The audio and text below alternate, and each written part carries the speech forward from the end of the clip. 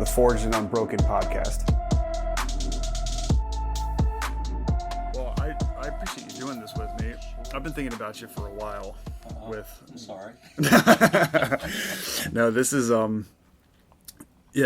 there's a couple things that I wanted to just get your mindset on, and some of it was, well, there's a couple things, and if we could start with the service aspect, and I guess maybe we need to start even with a little bit of your background, because I know you talked about you were in the Pentagon, and you've been all over, from the chaplain at the hospital and all types of service oriented professions and callings, so to speak. So yeah, I guess we kind of start with the beginning, some of the. How back you want to go? I even as a young kid, before school, I would go around the neighborhood checking on all the old people to make sure they were okay. Okay. And of course, they always had milk and cookies for me, so that helped. Mutually beneficial. And then, as you know, I grew up Catholic, but in grade school, the priest would always come in and ask for me to do the funerals. And I said, and then they would always say, "Why him?" I'm not one of the sharpest kids. I have dyslexia.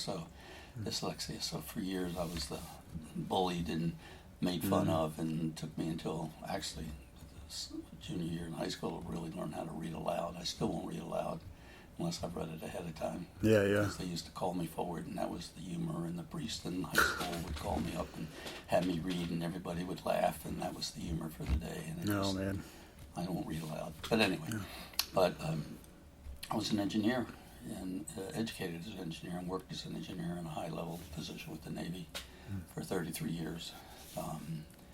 And some admirals said I had more authority than they did as a civilian in what I was doing. It was a very congressionally mandated, don't touch that program. And it used to drive them crazy because I couldn't touch it. And then I was volunteering at night in the hospital as a volunteer, and I did that for 17 years. I was very instrumental in the beginning of Columbia and helping pull it together. And then I got involved. I saved Meriwether, because they were going to shut it down, and I pulled a meeting of all the civic leaders and said, okay, let's see if we can figure this out, and came up with a program, and it's still in place today. Oh, that's amazing. And I also was resident advisor to the building and creation of Lake Elkhorn. And so I look at that and say, turned out pretty good. But I got into church work as part of the saving of the Meriwether. Yeah, okay. And I joined the church. I'm still part of that church 55 years later. Yeah. And Oliver's, they don't call it Oliver's anymore, it's the Carriage House. Yep. Right there off of Vantage Point. Yeah. Going through a asbestos abatement program right now, but they're getting it down. Yeah, good. And but I volunteered. I declared my ministry. My mother was in and out of the hospital for pretty much most of her life. Her first heart attack was at 49, and it went downhill from there. And when I see a picture of my mother and father, they get younger every year when I look at the picture, but they seemed very old at the time. Yeah.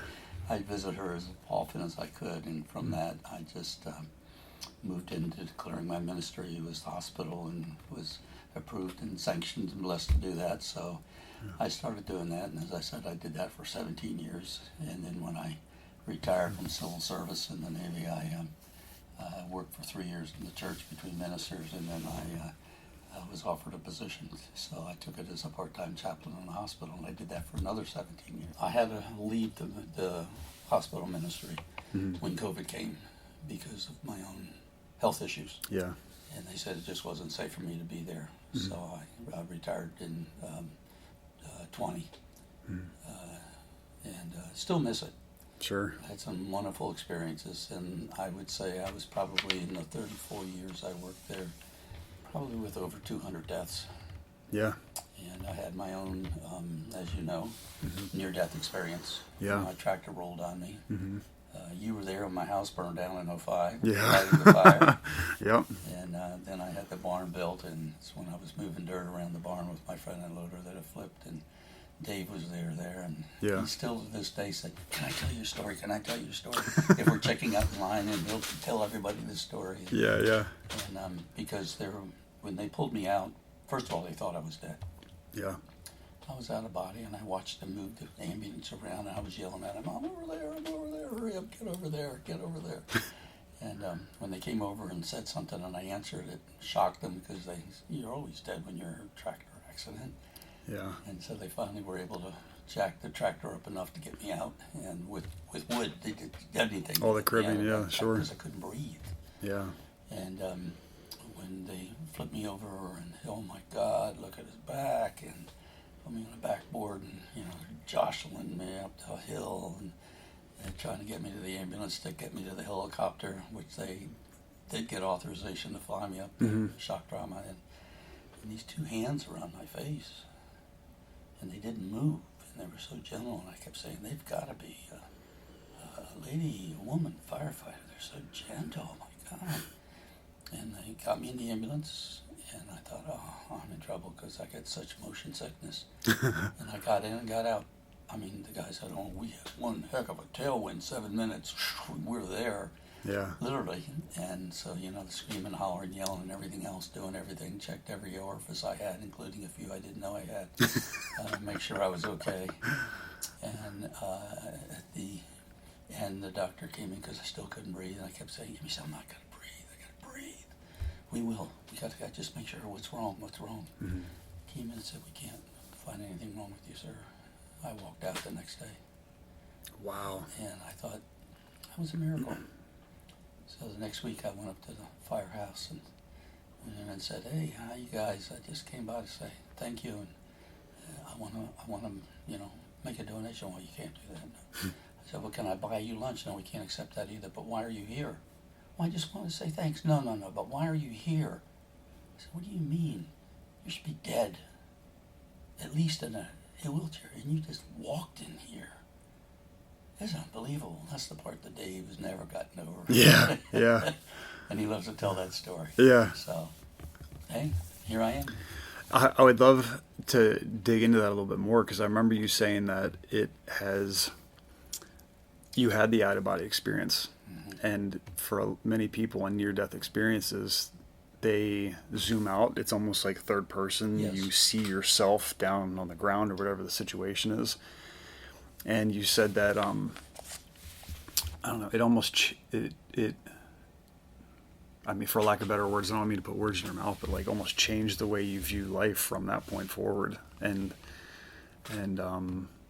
I recall like just the way it affected your beliefs and spiritualism. Like, I would love to just understand more of that, because I think so many people who get involved in those near-death experiences, it is a life-changing moment in some of the most beautiful ways. So, yeah, I guess if you could dig into that a little bit deeper for me, I'd love to go down a rabbit hole with that. Yeah, really, I felt like I was in a rabbit hole. No. Yeah. When the tractor flipped, I heard very loudly, jump. Well, I've never jumped off a tractor, and you're not going to do that, but I did. Yeah. And thank goodness I did, because if I hadn't, I'd have hit a tree and broken my neck the way the tractor fell between trees. And when I was first thought I had is I'm going to die. Mm-hmm. And I became very peaceful about that. I was afraid that the fuel would leak out and I'd catch fire. Okay, yeah, I had a shut off, but the ignition's still on, but I'm going to trust the integrity of the gas tank, so I'm okay. And I just laid there, but it was the breath I couldn't get. Each one was harder and harder and harder. So I finally put my head down in the mud and dirt. I had a hat that I was using, and I released my spirit. I said, God, I can't breathe anymore. I'm yours. And with that, I felt pulled out of body, and I saw a tunnel off to the side. So I said, oh, okay, I've read about tunnels, but this is a tube, counterclockwise, tube. And I thought, okay, well, we'll go over there. And I went over there, and I looked in, but I was making sure it was going up before I could get in, not going down. So I got in, and I've never felt such love, and peace, and tranquility, and it was like 1,000 pounds were lifted off my shoulders. I saw my parents who had predeceased me, and they had a child between them. It was like a holograph almost, and I didn't know if that was the child my first wife and I had lost at 6 months pregnancy, or one they had lost, which I didn't know about between my sister and I. And in communication with God, Spirit, something in 3 questions. Did you love? Oh yeah, I loved. Did you receive love? Oh yeah, I was really received love. Did you accept love? Oh, I'm one kid. No, I can do it myself. So I really had to learn how to accept the love that's been offered to me and is being offered to me. Yeah. So that was a big change. And then I heard Carol's voice calling me, and she came down, and there happened to be a bar there, and she grabbed it and put it in just enough to give me one more breath. And then she went running in and called 911, etc. Yeah. But when I was out of body and I was watching the ambulance, I could watch it jockeying around. Well, I was over here behind the barn, and I was over here out of body. So in a way, I could see that ambulance. And I asked them when I went up to the fire, I said, why did you move around? Some, well, we were in no hurry. And I said, I know that. You can't just sashay down there. You don't care. And that experience is like, I would say, a pebble in the water. Okay. The first ripples. Yeah. And ripples. And to this day, and that experience was in 2009, are still affecting me. Every day I understand something new that I didn't know before. I went on and became the director of the International Association Near Death for the Maryland chapter, and I did that for about 10 years until I just, it became a should instead of a want to, and then I let it go. Because it's become public knowledge enough about near deaths that people knew that, well, okay, I'm not totally crazy, just a little crazy when I tell the story. Right, yeah. And when the firefighters came, I asked them about why, when I visited them and why, and I asked them who the woman was that was with me, and they said there was nobody holding your head. And when you came, you were strapped in. So, Wow. I mean, that really added to it. And many, many, many people that go through near death, myself included, traditional religion doesn't fit. Yeah. Because a lot of traditional religion is rules, regulations,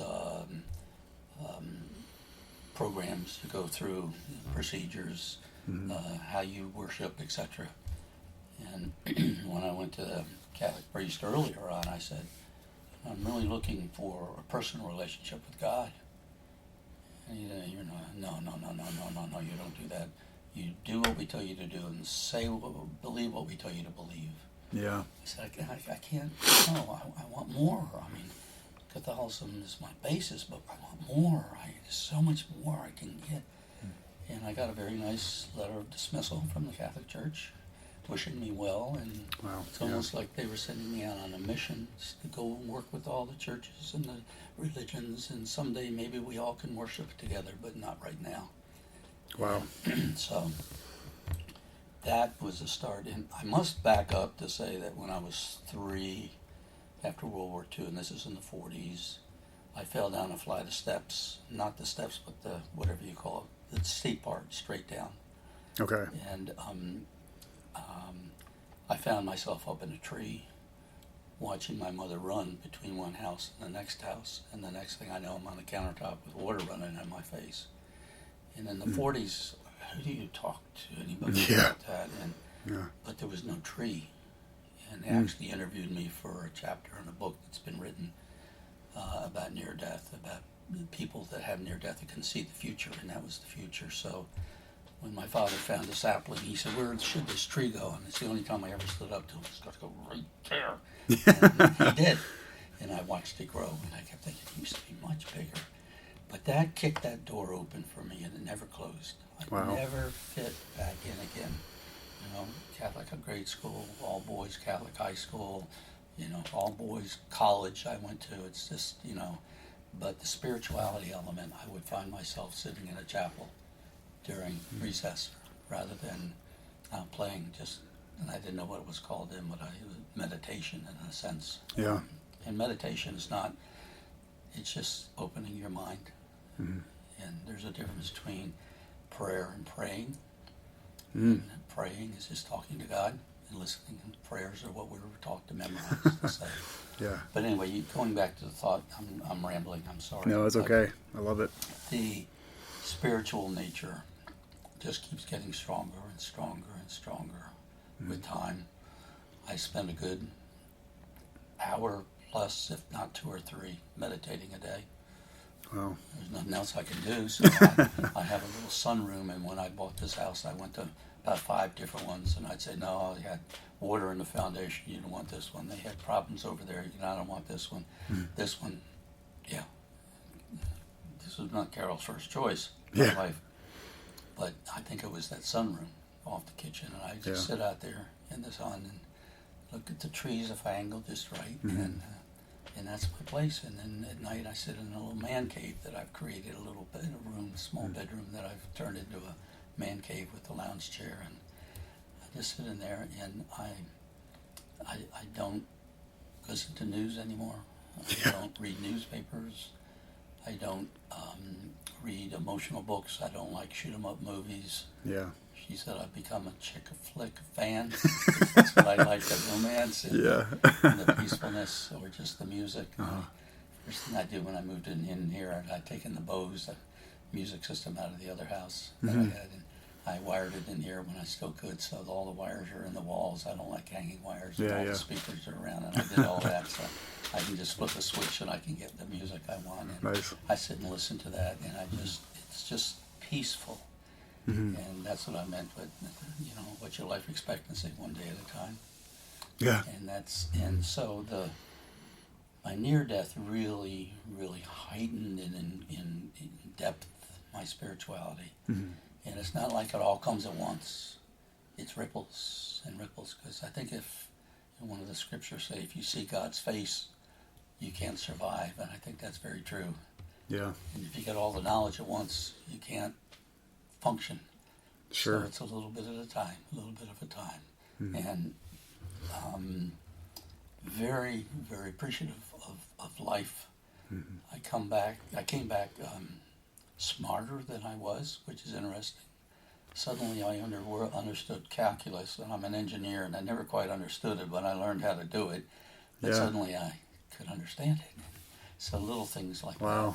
And so now when I check into the hospital, they want to know what faith I am. I just put down spiritual, because none of them fit. Yeah. And in the hospital, I learned, and I taught a course for a good number of years on how to be a pastoral visitor and how to embrace all religions and pray in a way that's all-encompassing of all religions. Yeah. So you don't offend somebody, and understand that that is of value to them, and we don't have the right to take it away from them because we think what we have might be more important or more appropriate, but to accept where they are and help them deal with their spiritual issues. And the tremendous resource of knowledge for me to gain, listening to them and how they practice and what they do. And so, it's been a very, very, very rewarding experience. I wouldn't, say you won't want to go through it again. When they say, well, you might die. Oh, well, what's the downsides? That seems to be a pretty resounding, consistent message, is that some people don't want to come back after experiencing that. It's such a beautiful, powerful feeling. Very much. And almost there's like a bit of a depression that comes on the back end of it, because this life is not as beautiful as what you just experienced. I find that to be just incredibly amazing. And then from that, you found so much more inclusiveness in faith instead of separation. Yeah. Yes. When I was leading the near-death chapter in Maryland, the number one issue was depression. And you don't read that in the books. Yeah. You hear about the experience of the tunnel and the tube and all the rest, but you don't read about the depression and the wanting to go back and not wanting to come. I was called back in love in Carol's voice. When I heard her call me, it was like I was back. And it wasn't a fight to come back. It was, I'm still here, fight. And depression is a big impression, a big thing. The other one is divorce. You come back and you're different. And the spouse says, well, I didn't buy into this. You're not the same person. You're weird now. I don't want to be around you. And so divorce is high, depression's high, anxiety is high. What do I do? I mean, I've listened to doctors talk about their near-death experience when they do medical. It's hard for them to accept that because it's not in science, and they've studied it for years. Yeah. Now they're starting to pull it together, but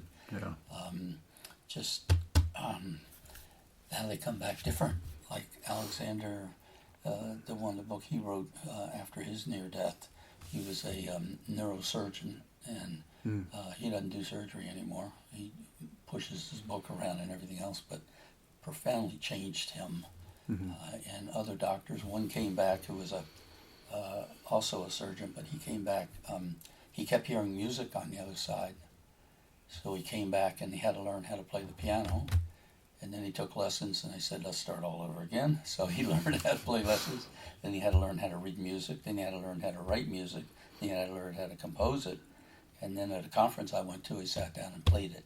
Wow. And just so powerful, and it changes you. It has no choice but to change you, because it's a whole different aspect of religion and faith and understanding and the Creator, and I can drive people crazy when I say, how do you view God?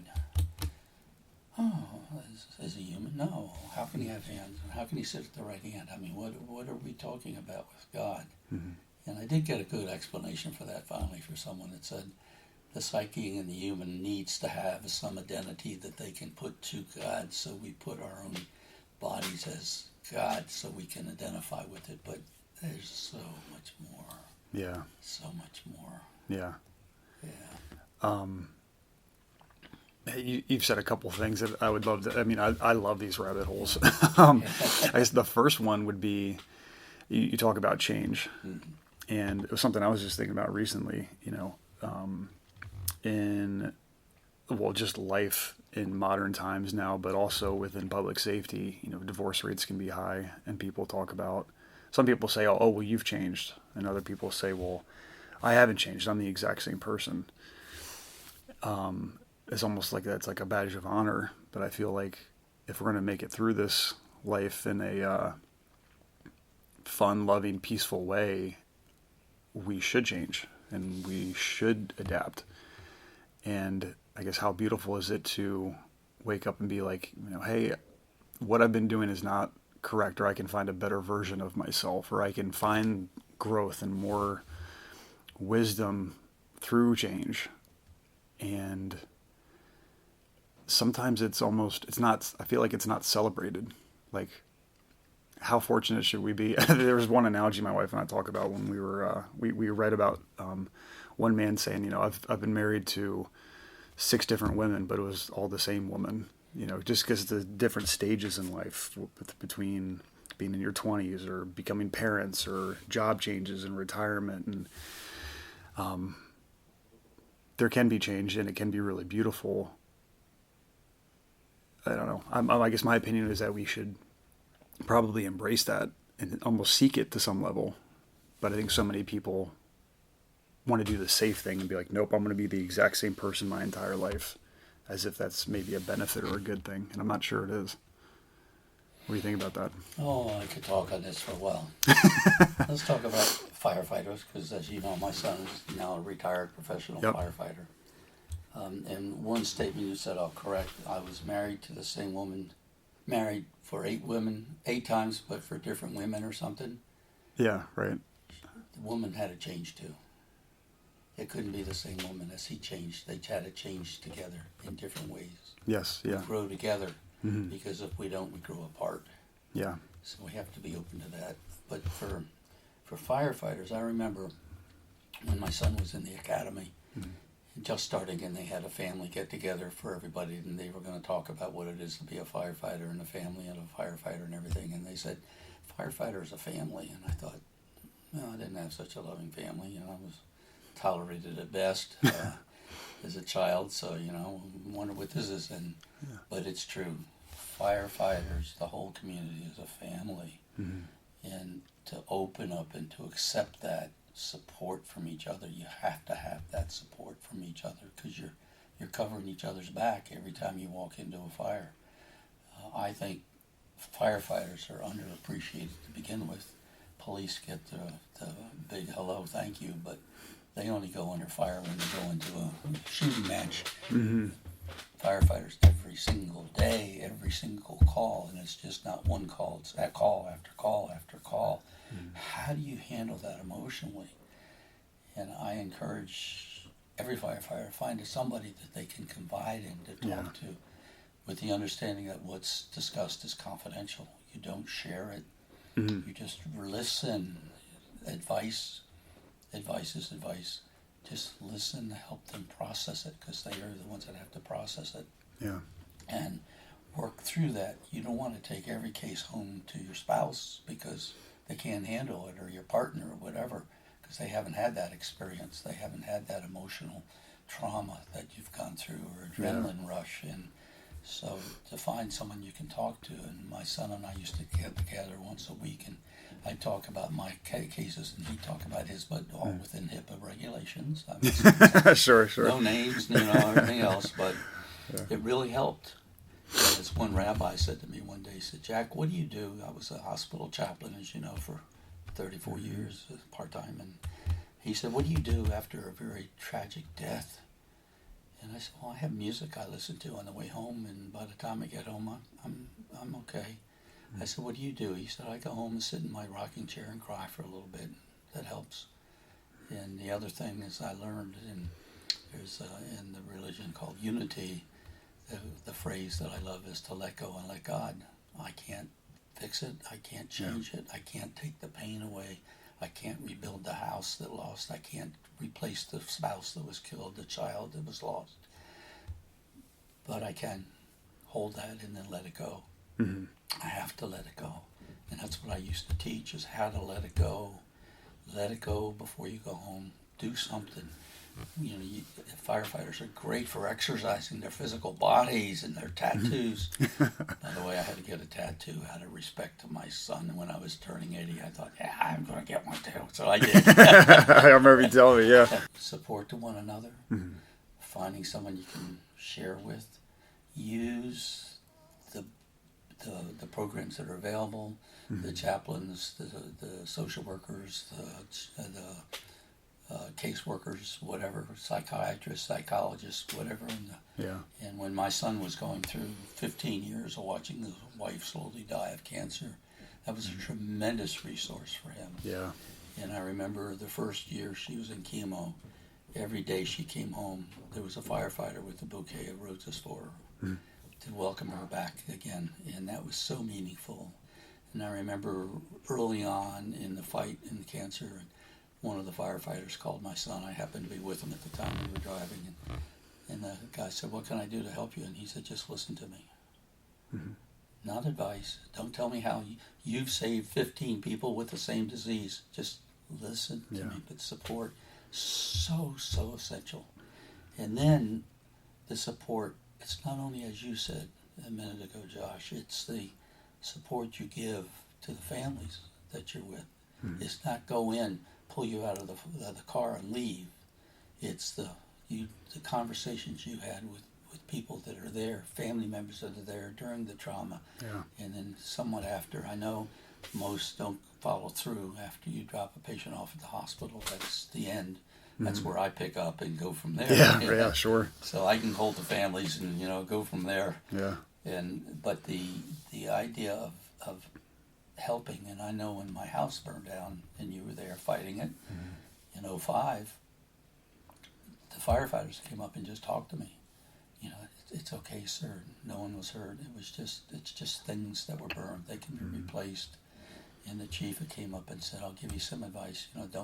Don't cancel your fire insurance, because when it's rebuilt, you'll already have it. You won't have to have that fight. Don't do this, don't do that. Try this, try that." Tremendous advice that I listened to and helped. And my son at the time was recovering from an injury, so he couldn't sit up.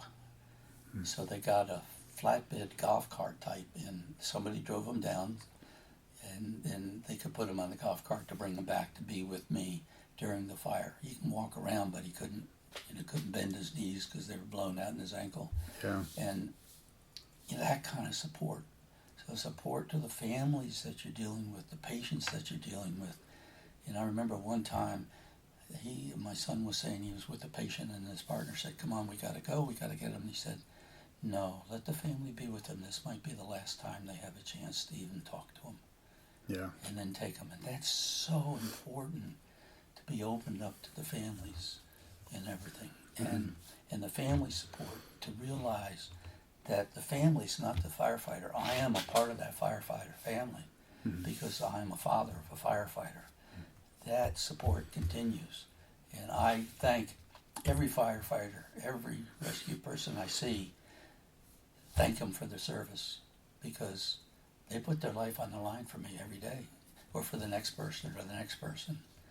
And I was in the emergency room when they brought Nate in, the firefighter who died, and the support of the firefighters that just kept screaming. And honest to God, you thought the emergency room was on fire because you could smell the smoke as they came in, because they were coming in with their uniform, with their firefighter gear on, packed and packed and packed, and the respect as they wheeled him out, and everyone at attention, even the staff in the hospital, and then all the firefighters and police, and how they just ushered him through as they drove him down to the morgue, and standing on bridges and sideways. Yeah. That's the family support. Yeah. That didn't go unnoticed. That was on national TV. You see that kind of support. That's incredible support we have for each other and for the families. So it's so essential. And then family support, yes, you don't have a choice but to change. You see a massive change in somebody when they die, and the widow, how do you handle that? How do you handle that? And you go home and you hug your wife a little more and your kids a little bit more, and so dinner's not ready. You don't get irritated. You just and you have to change together. The family has to understand the trauma that the firefighter has been under, and then to be able to move with them and help them. But they can't be the therapist. Yeah. They get lost in the whole thing. They have to be the support that you can lean on, the pillar that you can hold on to, and sometimes you just hold on to and cry. And what's that about? I had a really tough call. It was a little baby. It was only 3 months old and was dead the first day in daycare. And I remember when I held that baby. It was the first one I really held it and knew. And when they baptized it, I kept thinking, just come on, God, come on, just one more breath. And the distance between life and death is a single breath. And how do you reach out? And because it was my first, there's a marker at the children's garden in the cemetery, and that's where I have one for the child that we lost. But I go out there and I always put a stone next to that name as well, and a little stone just to indicate that somebody was there praying for that individual. And that's been, 40 plus years ago. And the child that we lost was, I want to say 60 years plus, but yet I still remember that child in my prayers. And so I've never just buried. I've just allowed that child to transition and keep holding them in prayer, because they were a spirit that was a part of me for a little bit. Sure. So I can't let go of that. I choose not to let go of that. Probably part of my Catholic upbringing, I still pray for people that have died, and I pray for people that are close to me that are alive, and those lists seems to be changing. The ones that are alive is getting smaller, and the ones that have died is getting longer as I get older, because my friends are dying off. Both my wife and I are just pushing 83 here. And so support is so essential to each other, from the professions, from the community. I just wish community could be more supportive. I can't thank firefighters enough for everything that they do. How do you keep showing up after all the, what could be tragedy, sadness? It's very easy to let it overtake you. Indeed, it has. Yeah. Times, 34 years in the emergency room, in and out. I've gone through every phase of life, from stillbirth to miscarriage to fetal demise to infant death to suicide to murder to trauma death to unexpected death to expected death to long-term illness. And how do you handle that on a daily basis? How do you do that? And for me, I had to learn professionally how to let it go each day. Didn't mean I forgot. I would pray every night for those that I had been with the next day. And praying meaning I just told them in God's light that I experienced and their transition to be as peaceful and loving as I went through when I went through my near-death experience. And that's my prayer. I think prayer is sending energy to the person that you're praying for, not necessarily an entity of God or a spirit or whoever, but just to that person. And letting go was so essential for me to have to let it go in one day at a time. Yeah. Today's today. Tomorrow be another day. And if I take the garbage from today into tomorrow, then that makes tomorrow even worse, and the next day even worse. And there is an accumulative effect. Yeah. Day to day to day. After a while, you kind of get burned out. And I think that's good that you get 2 or 3 or 4 days off together so you can recalibrate and then move on again to the next. And I really had to learn to... The other thing I had to learn is there's the professional grief of people that I'm with, that I'm not associated with until I meet them in the emergency room or as they die or whatever. And then there's the personal grief, like when my son's wife died, or my daughter-in-law, my daughter's husband died, or my wife lost 3 of her siblings. Each one, the grief that I felt was even stronger than I think I would have felt if I hadn't been associated with all those other deaths. Sure, because there is that accumulative effect, and I often tell people, don't be surprised the next funeral you go to, you seem to be in more pain than you would think you would for the person. And one at a time, a personal death, personal loss is much different than professional loss. Yeah, oh yeah. And the other thing used to get to me is every counselor I would go to get help, it was, oh, you know all that stuff. You're a chaplain, you know all that stuff. Yeah, you've been there forever. You ought to be listening to me. And then it turns out that I'm listening to them, and I'm the counselor. You need the counselor for the counselor. So I finally found a person who, and after my wife had a very tragic tragic accident where I had to give permission to let her go according to her advance directive. She was in Arizona and I was here, and I couldn't get out there because I was recovering from heart problems. Her sister was with her, but that just sucked me dry. I had nothing left. The stone in my life, the pillar that I've leaned on, I just had to say it's okay to let her go. And she had broken 7 ribs and splattered her spleen, and she was bleeding out, and they were trying to pump her full of blood to keep her going enough that they could go in and and so they insisted I go into counseling. I had resisted some, but they found someone for me that also accepted Medicare. Thank you very much. I'm retired now. $160 an hour is a little steep, right? Especially when you're retired. But I've been with her 3 years now, and yes, my wife survived, and yes, she still has back issues because of it, because all the ribs were broken on the backside. Yeah. And she no longer has a spleen, and we have to work on that around the disease and things like that. Sure. But just that trauma, that was personal trauma. I don't know Yeah. how many families I've helped let go and stop life support and let the family go according to their wishes and etc. But this was personal, so much different, and that's essential that we understand that. It's not the same. One day at a time, work-wise. One life at a time, professionally, personally, I mean. Yeah. So, You just reminded me of something that my wife and I actually just recently talked about, and this is personal and professional. In a professional aspect, as you get more tenured, you gain more seniority, perhaps you gain more responsibility, whether, like for me, for example, climbing a little bit higher in the ranks,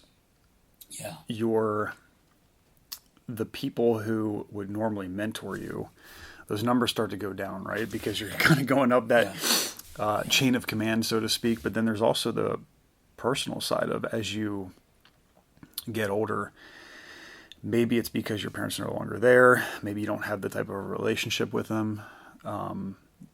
You look for wisdom and mentorship. And as you get older, sometimes it's harder to find. So you being in your 80s and are constantly in positions of leadership, formal or informal, how is it that you still find mentorship, wisdom, guidance when that pool becomes smaller and smaller as you age personally and professionally? That's an excellent question. For once, I used to think about who I was, I was a high position in the Navy. I had a title, I had a program, I had respect, and one of the biggest affirmations I ever had is the last day I worked as a civilian, all the military that were working with me and for me stood at attention when I walked in, and the admiral said to me, "My God, I don't even get that kind of attention." And you're right. When you get older, the people that you leaned on have moved. But then you turn around and realize there's wisdom in the young. So I'll sit and talk to you about my issues. And you understand because you have worked through that. So you become the mentor to an older person who used to be a mentor to somebody else. And there's still people. Now, it's not what I do. It's who I am, not what I am. There's a big difference to understand what I was. It's all gone. I appreciate that, yeah. Who I am right now, today, that's me. And I'm open to discuss anytime with anybody who wants to stop by. I have no credentials. I'm not a social worker. I'm not a counselor. I'm not licensed. I'm a human being that has been through a lot. So you don't have to find somebody that has the credentials. You just need somebody that listens and can understand. And really, the healing comes from the individual sharing, not what they are told from the people that's listening. Because you got to figure it all out for yourself. Yeah. And so I encourage anybody to find somebody. That's what I was saying earlier. Find somebody that, with the understanding everything is confidential, unless it reaches the point where you have to say something. Yeah. Like if it looks like it's going to be suicidal, or they reached their limit and they're really having trouble, then they need additional help.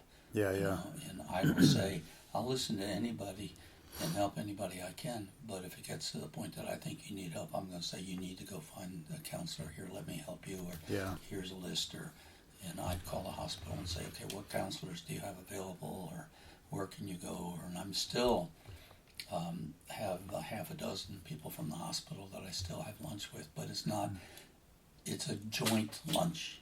We talk to each other about what's going on. Yeah. And it's not but just a lunch partner. And Carol said, well, it'd be nice to have lunch with you once in a while. That's my wife, because I'm out with other people. Yeah. And that's okay. People I haven't met in years will call me up and say, hey, so sure, let's get together. Yeah. And I'm always open to that. And so are other people. Older people love to be asked. Yeah. If you can just sit and listen to me for a while. Yeah. Or just talk to me. So that's where I get my support now, in people like you. Yeah. And other people that have gone through what I went through. But today's perspective. I volunteered as a young 20, 21, 22 in an ambulance service, a Bethesda Chevy-Chase ambulance. Yeah. And I got the bug. And I never let go of it. I went to, but my life expect. I knew I was going to get back into that through the hospital ministry. Yeah. But I forgot where I was going with that one. I'm sorry. But just today is so much more complicated than it was 60 years ago. For sure. We didn't even do IV 60 years ago. Yeah. So it was what generation was that? Like what years was that? It was in the early 60s. 60s. Okay. Yeah. And medicine has changed so incredibly much. It has. Yeah. It has. My father died of a massive heart attack, and I thought today they would have been able to save him, but then they didn't know what to do. Sure. They couldn't do it, you know. Yeah. Yes, so much more. You're doing the medication in an ambulance, or before you even transport, that we used to get in the hospital. You're already doing it. The IV lines, the oxygen level. We never checked anybody's oxygen level. We got oxygen, but you know, and that was it. About the only thing we really did is hold the bag if they were throwing up and hold their hand. Yeah, hit the gas. We could get them there, you know, how to bandage somebody is bleeding, so, you know, yeah. That's it. Wow. So much more. And there's a lot more knowledge that is required. Yeah. And even if you don't have the formal knowledge, I am not big on how many degrees and how many diplomas and how many citations you have. What for me is important is how you handle it. And as one chief said to me one time, fire chief, you know, compassion is one thing and professionalism is another, and to put those two together is an amazing combination. Yeah. And to do that as a firefighter, that's the ideal. It's not just going in and being the best you can. You know, you can be the best professional person. You can be firefighter, but you're also a human. And be compassionate to the people you're working with, and the people you're bandaging, and the people you're in pain that you're trying to help, and the people you're transporting. That's all essential. Yeah, and it's always a balancing act. I feel like you have, like you said, professionalism without the compassion, and that's very robotic and cold and detached. You can have all the compassion with very little professionalism, and then you are in probably an unhealthy empathy avenue, right? And poor reviews. Yeah. Right. Yeah. And then there's even some aspect now of compassion fatigue, and when you have to constantly show up and find empathy and compassion for the person in help, or in need, it can be challenging for some when you're doing that over and over and over again. So to strike that balance, which can sometimes be a delicate one, and then know also when to like pull back and get that little bit of break, or like you said, find the resources to be able to download. Yeah. It can be you stack the suffering, but in an unhealthy way. Yeah. You want the air to go out of that balloon slowly. You don't want it to pop. Yeah, exactly. You let it go. You have to learn how to let it go, and somebody can help you find the valve to twist so you can help let it go. Yes, absolutely. What's your thoughts on, you mentioned the word peace, and that's something that I certainly try to lean into, is finding peace. And I think some people use the word happiness, and I'm all for it. Like I'm all about finding happiness in everything you do. I think where people get in trouble is that you can be happy but not at peace. True. And you can have peace, without the happiness. So how do people flip the script in their minds of happiness is great when you have it, but when you don't have it, how do I lean into finding peace? Because I do believe there's a difference. Yeah, that's something you really think about. Happiness is something I have with others, with my children, with my wife, with situations. Yeah, experiences, parties, get-togethers, weddings, happiness. Peace is internal, where happiness is external. So to find that inner peace, and I do a lot of meditating. Meditating is a good way to do it. Others use massage, some use Reiki, some use acupuncture, some use other forms of just being peaceful. Yeah. And trying to hold that peace down within. Some find it in religion, some find it in church. Some people, who knows, yoga is another one. All the various different forms of exercise, and you're Mr. Exercise there. Just inner peace. That's inner. Yeah. Happiness for me is external, and that's a great differentiation. Yeah, I don't think I've ever explained it that cleanly. I never thought of it that way before. That's good. So put you on the spot. That's great. Learning for me. No, the internal, external. I think you nailed it. I think you nailed it. Going back to something you said earlier about religion, for rewinding a little bit. One analogy I heard, because you know some of the journey that my wife and I have been on with religion and spiritualism and family dynamics. And there's all that. family dynamics for both of us, for sure, and both good and bad experiences through all that. We may have talked about this before, but like religion is similar to, oh shit, I'm in trouble, I can't tell my dad, or I can't tell my parents. Whereas spiritualism is, oh shit, I messed up, I need my parents, and to seek that guidance. You know, I think it's where religion and some of the man-made aspect of it, or constructs, it can be very punitive. And we can take religion out of it. I mean, whatever human-made institutions where, you know, we should be finding help or guidance or whatever, you know, there's still the human element at play, and it's not always may not always be the correct one. And whereas spiritualism, I feel like we can maybe zoom out, find deeper meaning, find more inclusivity, as you talked about. Because I think there are a lot of people, especially in today's age, that struggle with the brick and mortar institution of religion. And so instead of finding spiritualism or peace or meditation, they just kind of throw their hands up and say, none of that's for me. I'll find happiness or guidance elsewhere. Or drugs or alcohol. Sure. Or whatever to bring themselves down some. Yeah. Peace is from within.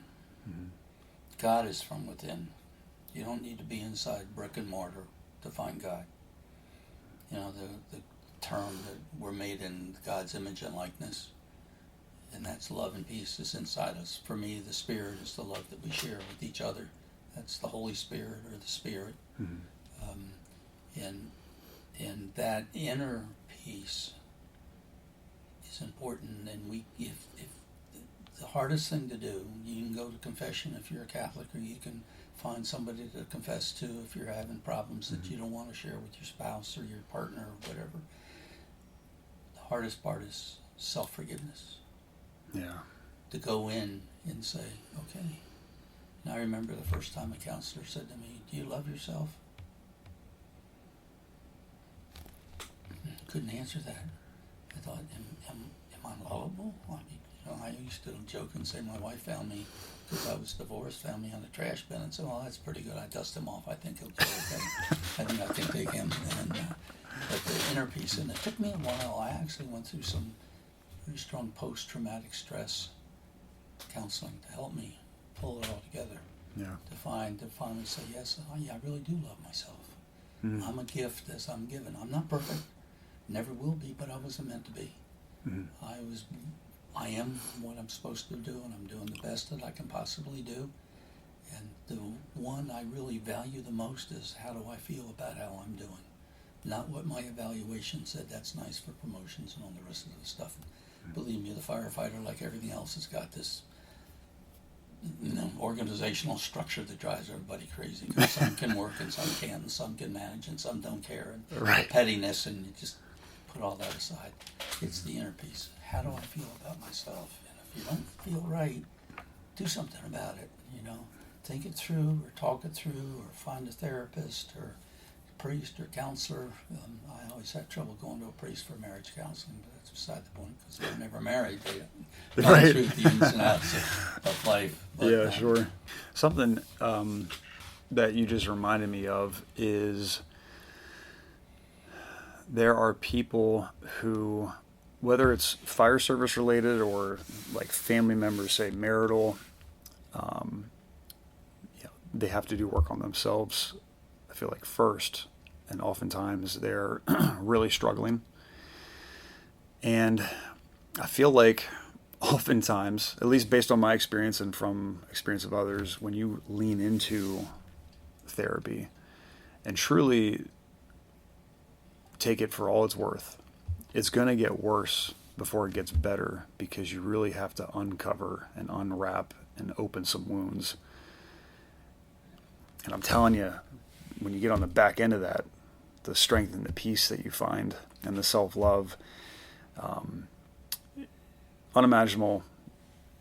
You can't compare it. And from where the person you become compared to the person that you were is such a more fulfilled, wise person. But I think what most people are terrified of is one, starting, but then two, when they do have those feelings of it getting worse, they feel like maybe more shame or doubt in the process. And a lot of people shut down at that point, when that's the exact point you need to lean into the struggle and really embrace it and take this healing for what it's worth. How would you coach somebody to push through that? I think that's just an analogy for not just even therapy, just an analogy for life. When you hit rock bottom, that's the point where you don't necessarily want to throw your hands up. I feel like that's the point where you really actually need to lean in. Very true. And it is hard. It is hard to really, especially for men for some reason, really to open up. And we're taught to be leaders. We're taught to be strong. My father had anger, and he ruled with his anger and his conservative nature on everything. And how dare you not believe as I believe? How dare you vote different? How dare you do anything? You don't know what you're doing. But that was him. And for me, one thing when I'm working, and I don't do that often with couples because it's hard, it's really hard work, even for somebody that's trying to help. I'll work with a couple times, but then you need to. But one trick I learned to use is iMessages.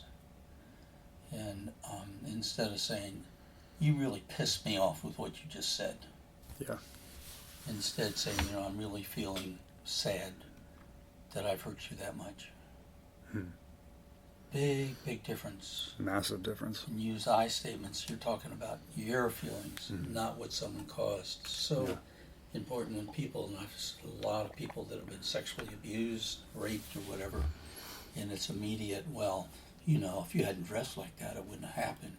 Or obviously you encouraged it, or obviously there's something going on that you wanted another affair. What was it? Instead of saying, what could I have done differently? What do you need from me that I haven't been able to provide? And keep it in the I statements. And just because someone has an affair doesn't mean it's over.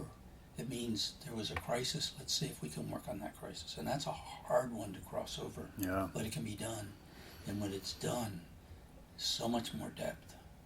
To be able to say, I'm scared. And that's a big part of counseling, is people say, if I really tell you the truth, you won't love me. And in a marriage, if you really knew, I made a sermon one time, I was talk, I should say, about, if they only knew the truth, they wouldn't like me. They wouldn't love me. Or they wouldn't respect me. Or they wouldn't give me the next promotion. If they only knew. And one principal came up to me and said, boy, that's me. That's true in every profession. Yeah. And including firefighters, and especially in a marriage. Help asking, like you're doing, asking questions to see if you can pull through what is, rather than condemning or evaluating or judging. Yeah. And in therapy, the counselor's job is to make sure that doesn't happen.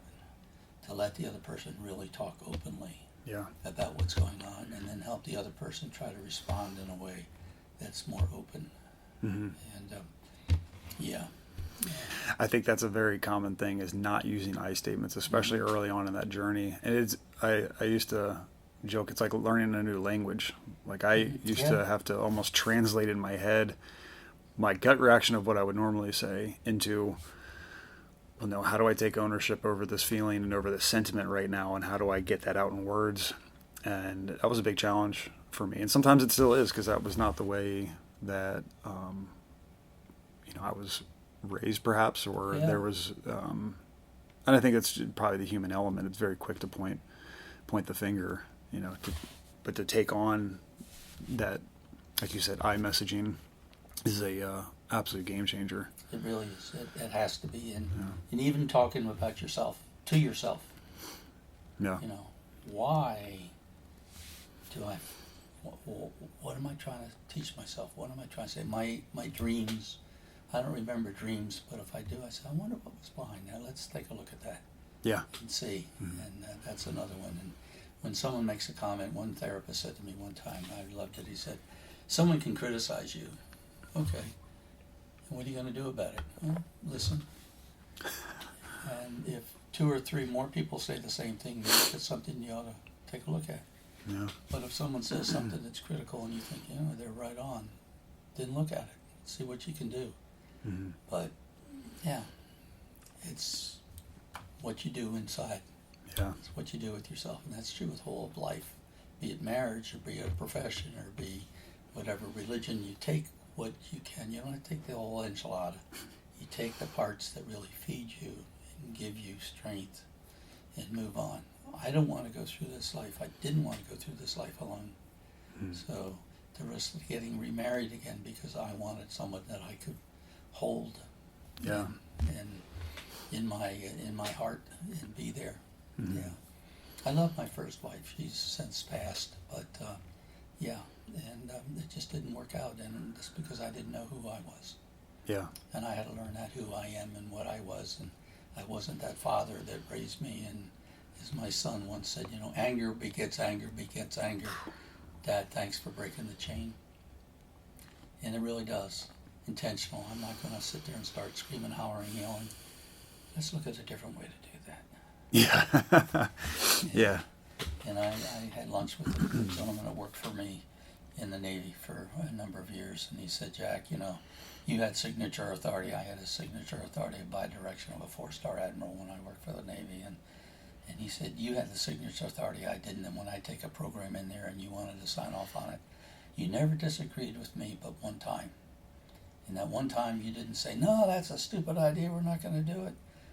He said, let's talk about this. And he said, it turned out you had some information that I didn't have, and you were absolutely right. My approach was wrong. And I thank you for the way you handled that.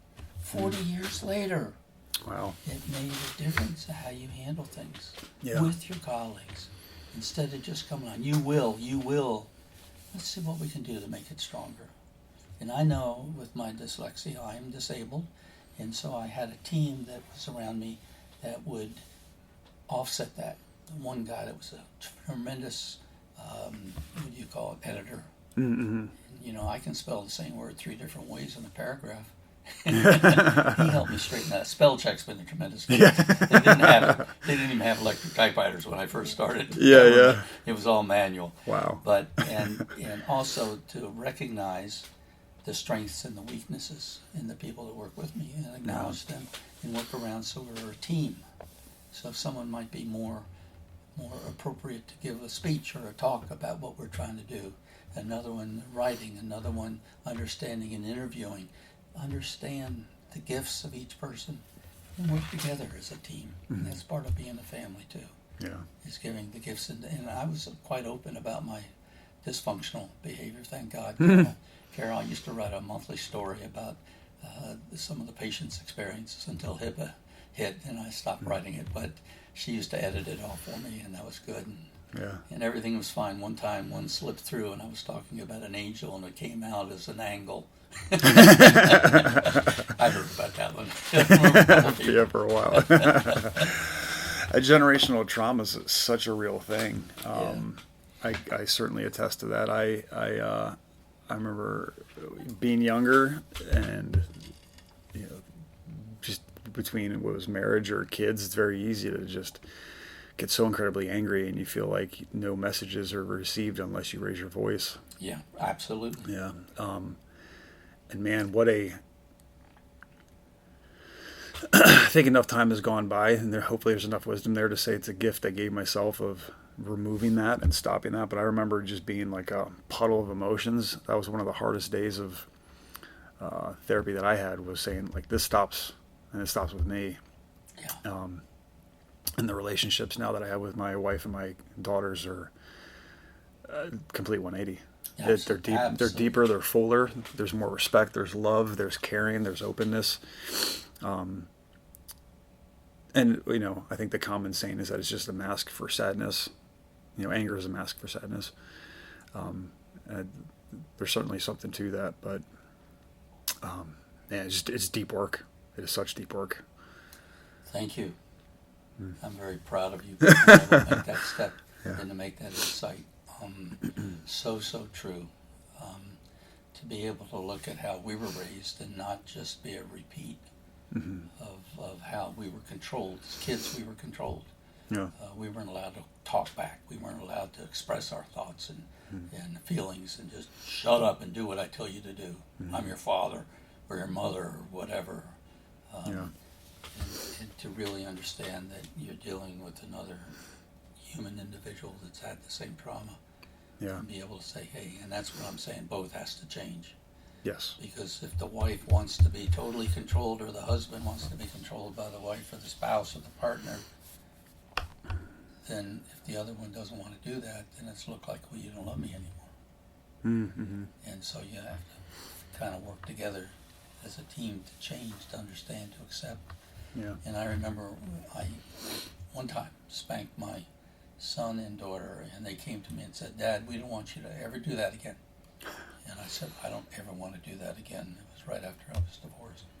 And I said, but you got to promise you, try to listen to what I'm asking you to do. And they said, okay. I never did that again. Yeah. And it was an open communication, a give and take.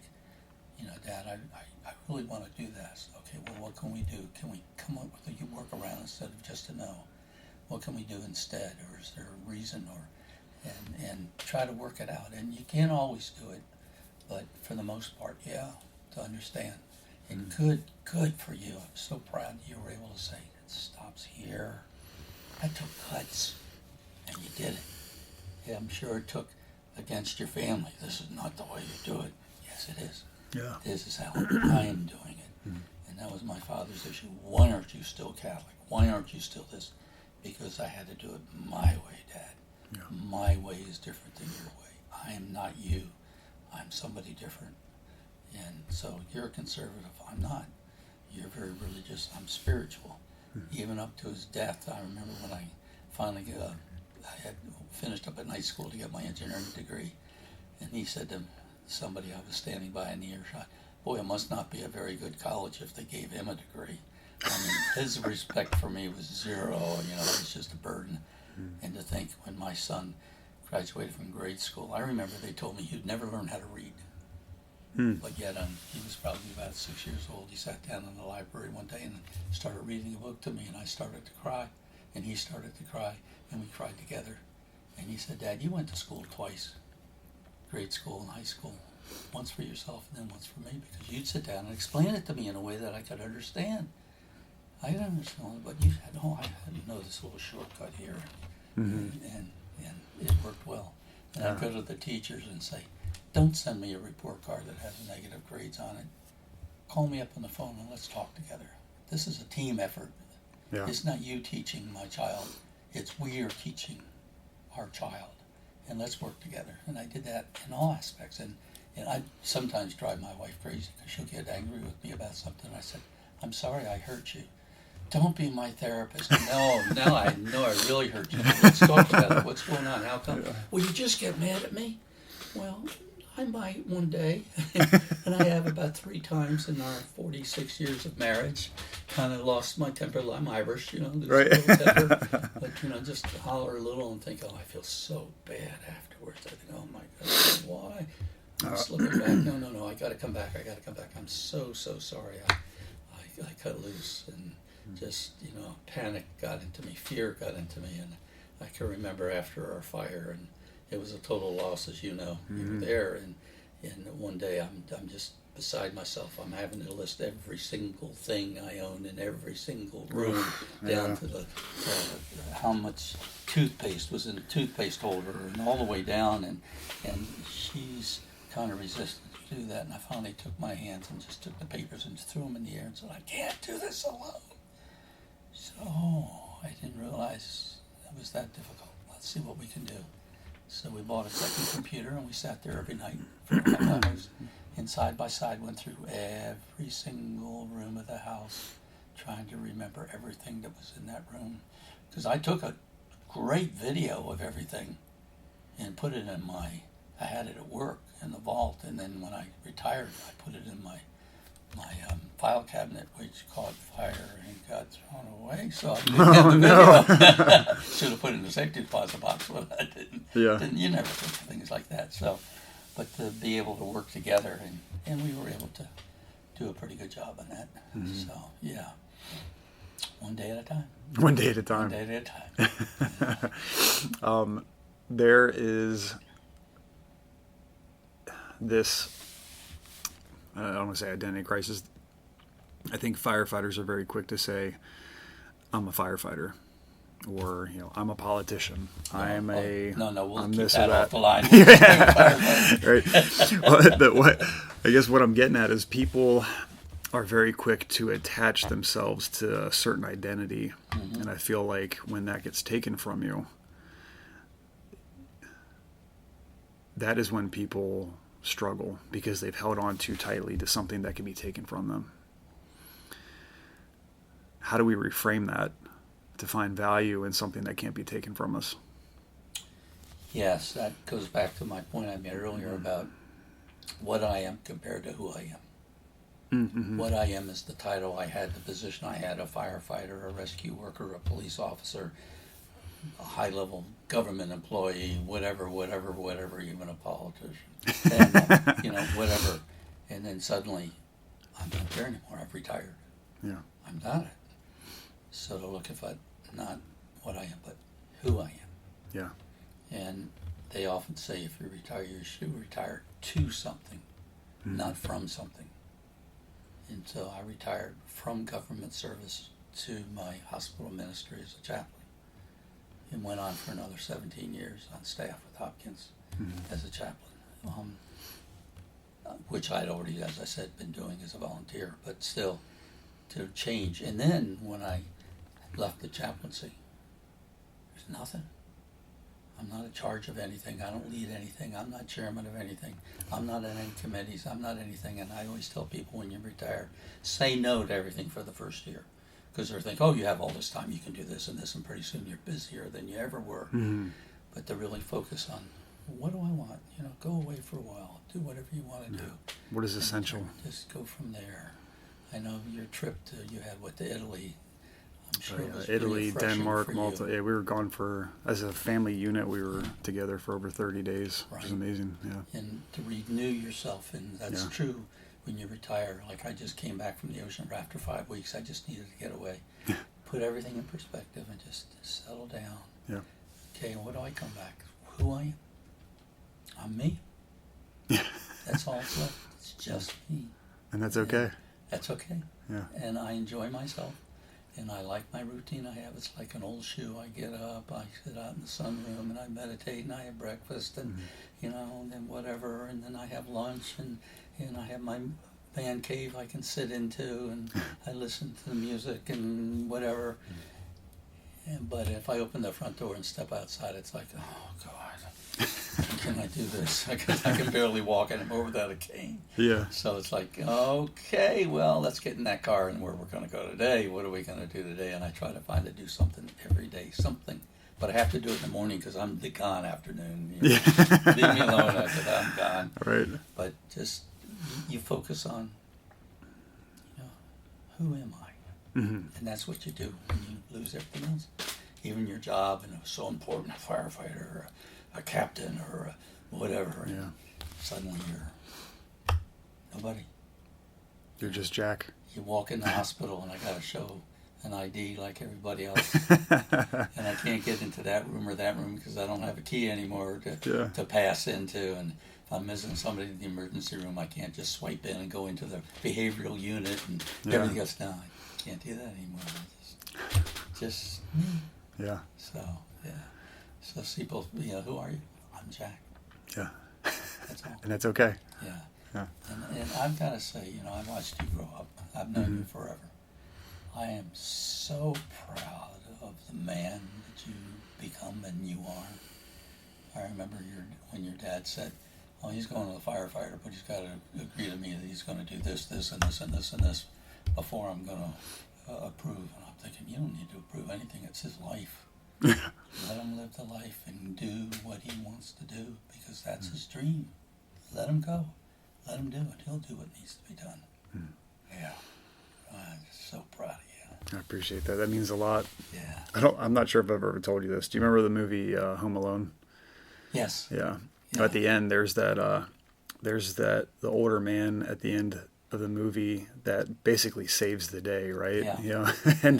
But all up until that point, Macaulay Culkin thought that he was like this scary figure, right? And I remember being young and seeing you drive down the driveway, and I think you were just very stoic and buttoned up, and you're doing your thing, and you've got this long beard, and you kind of maybe had like a gruff look about you at a certain point. And I remember being younger thinking, man, I don't think I want to make that guy mad. And then come to think that I felt the same way about your dogs, but yeah, that's fair. That's fair.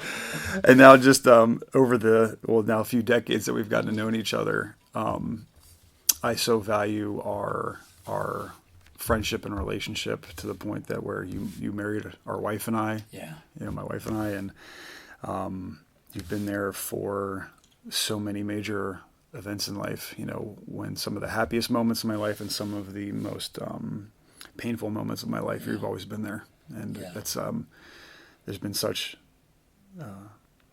value in that, and I've truly cherished that. To have you as like a mentor and friend is certainly a privilege. Yeah, I say my door's always open for you. Yeah. Stop by anytime. Yeah. Yes, thank you for that. I valued that. Oh. It's been a good life. It's been a good life. Yeah. One day at a time. If we've covered a lot of ground, if we could round this conversation out with, 34 years as a chaplain in a Hopkins ER, I'm sure there's been some pretty formidable, memorable incidents with some of maybe the most happiest things you've ever seen and some of the most tragic. What has been some of the most memorable, or not even the event itself, but even just some of the lessons that you've taken that from your life? 34 years as a emergency room chaplain I'm sure there's been some things that have affected you and that you take with you to this day. It was more than just the emergency room. I was chaplain for the entire hospital. Oh yeah, So true, I went from cradle to grave, no attendant. Yeah, right. Got right upset when I heard geriatric unit was going to be 60 and above, and I was thinking, hey, 60's not so old. I can remember a couple times.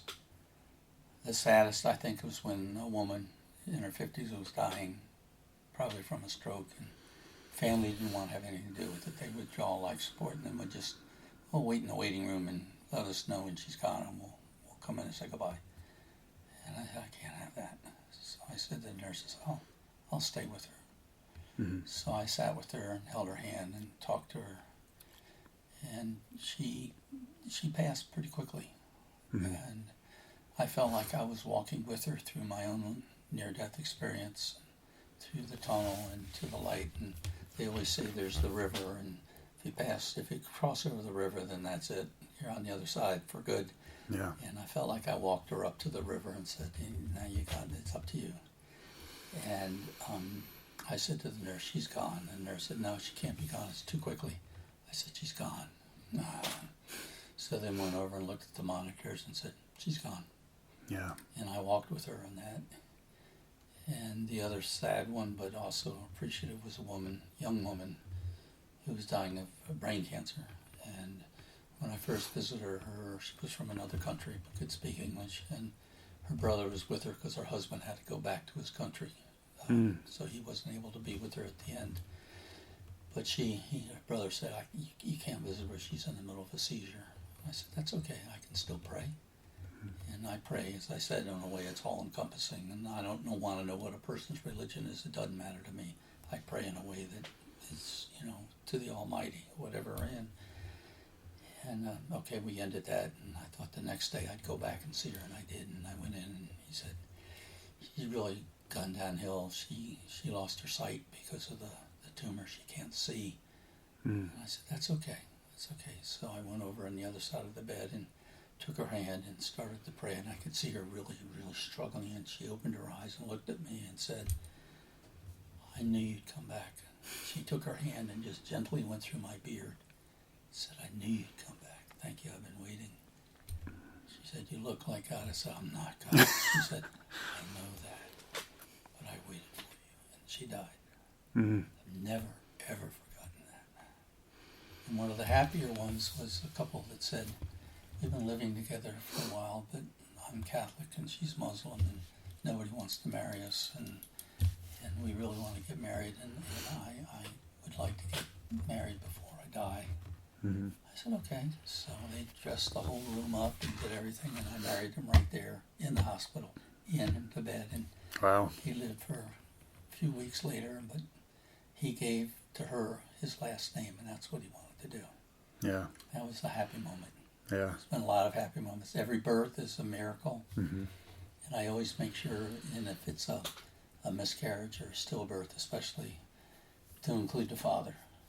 Yeah. In it, because the father's the forgotten element. It's always focused on the mother. And I said, Dad, come on over. Let's be together. You need each other during this time of grief. So hold on to each other. Be together. Support one another. If you want to do a funeral or a graveside service or anything, there's ways you can do that. There's ways you can make a memory, a picture, or an impression, a footprint, whatever. And they didn't have that when we lost ours. So it was so many years ago, they didn't know anything. Yeah, sure. I said, there's ways in the naming. If I baptize, come on over here, Dad. Why don't you say the name you want this child to be named? And that was fine with one, but she said, can you come back later? I said, fine. And it was another father that was there the second time. So whatever name you want that child to be. So it was, happy times. And joyful times, but the real joy came for the inner peace it gave me. Yeah. So how can you do that? Because I learned so much about myself. I learned so much about spirit and God and creation and love and joy and death and life. And I'm not afraid to die. If I die, great. Someone said, well, what happens if you die and there's no heaven? There's nothing. I said, well, then I won't know, will I? We get so caught up in that, right? Yeah, we do. Where does that angst come from? Like, why are we so afraid? Fear. Just the fear? Damnation. They teach that. That's what religion is. Damnation, fear, control. Look at the Roman Empire, and that was the whole thing when they wanted to control the Jewish population. That's what Jesus fought against, was and the other thing he thought about, it's not just the sacrifices, it's the compassion and the caring. That's what he came to save us from. We're worshiping the wrong way. We're not really doing what we're here to do, which is to reach out and be supportive to each other. It's not how many animals we kill or how much money you give or how many times you go to church. It's what you do with what you have in your life. And that's where the firefighters can be in the front of that line saying, I was a firefighter. Hey, I'm at the front of the line. Sorry, all you people, get back there. I get first choice here.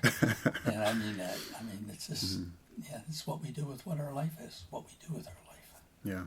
That's what it's about. Yeah. Sir, well, I think to wrap this up, I think leading lives of service, that's something that we can always rest our hat on.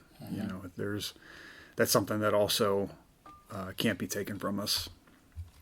When we talk about wrapping that identity up in something, as long as your mind's still working, there's ways that you can serve, and that can't be taken from you. And some people will try to take it away from you. Sure. They'll try, why are you doing? Why don't you get a real job? Why don't you do something? You just sit around all day long. Why don't you get a job where you can really? No, you don't understand. Don't understand. Yeah. My father was, why do you want to be an engineer? You need to be a lawyer like I am, or you need to do this, or you need to do that. No, Dad. Go away. This is my life. And it's such a joy to sit with you. I just always love it. Yeah. You're such a compassionate man. Thank you. Good to meet another one. Yeah, I think there's a couple more of us out there now. Oh, there sure is. Yeah. Thank God. Yeah. Well, these conversations always fill my cup. I think especially for men, sometimes it's harder to come by, especially as we talked about maybe later in life. Yeah. Being a man, it can be challenging to find those talks and those relationships that will fill your cup and give you more peace and what little bit of pride you can get in that. And so I'm incredibly thankful, and I'm full of gratitude for this and for you. So, death, I faced death a number of times. The last time I almost crawled into the hospital and they came running out with a wheelchair to wheel me in when I was in congestive heart failure. Mm-hmm. And it's just, some people, when they think you're dying, they must think it's contagious because they go away from you. They don't want to visit with you. Yeah. And older people, same way. Well, they don't want to, they're tired. They just want to sleep, They're so lonely. They just would love people to come and talk to them. That's probably when they need it the most. Someone to come in. So firefighters say, if you're looking for somebody to talk to, find somebody that's old, that's lonely. Yeah. Would love to just sit and listen and be with you and be a support. Mm-hmm. And so thank you. Yeah. Thank you. Give your wife a big hug for me. I will. Yeah. She's actually traveling right now. We'll have to get together again. I know we've talked about it. Yeah. Her daughters, I've watched them on Facebook grow. Yeah. My goodness. Yeah. Yeah. They're amazing. Yeah, They're turning amazing women. Yeah, they are. Yeah. It's going by fast. That saying, the days are long but the years are short, is so incredibly true. Love that. So true. My youngest is 52 now. My oldest is turning 60. It's like, oh my God. Yeah. Well, it's funny you mentioned that. Jamie, who has also been on the podcast, and now you, but Jamie is somebody that I don't get to connect with as much as I'd like to. But he is somebody who, a 5-minute conversation can also fill the cup. And it's very obvious that he's your son, but he's also his own person. Absolutely. And he's an incredible man and somebody that I absolutely also value speaking with. Even if it's a 5-minute conversation, I walk away from that conversation a better person. Yeah. Me too. So, he's taught me a lot. Yeah. Incredible guy. We teach each other, Dad. And I said, that's right.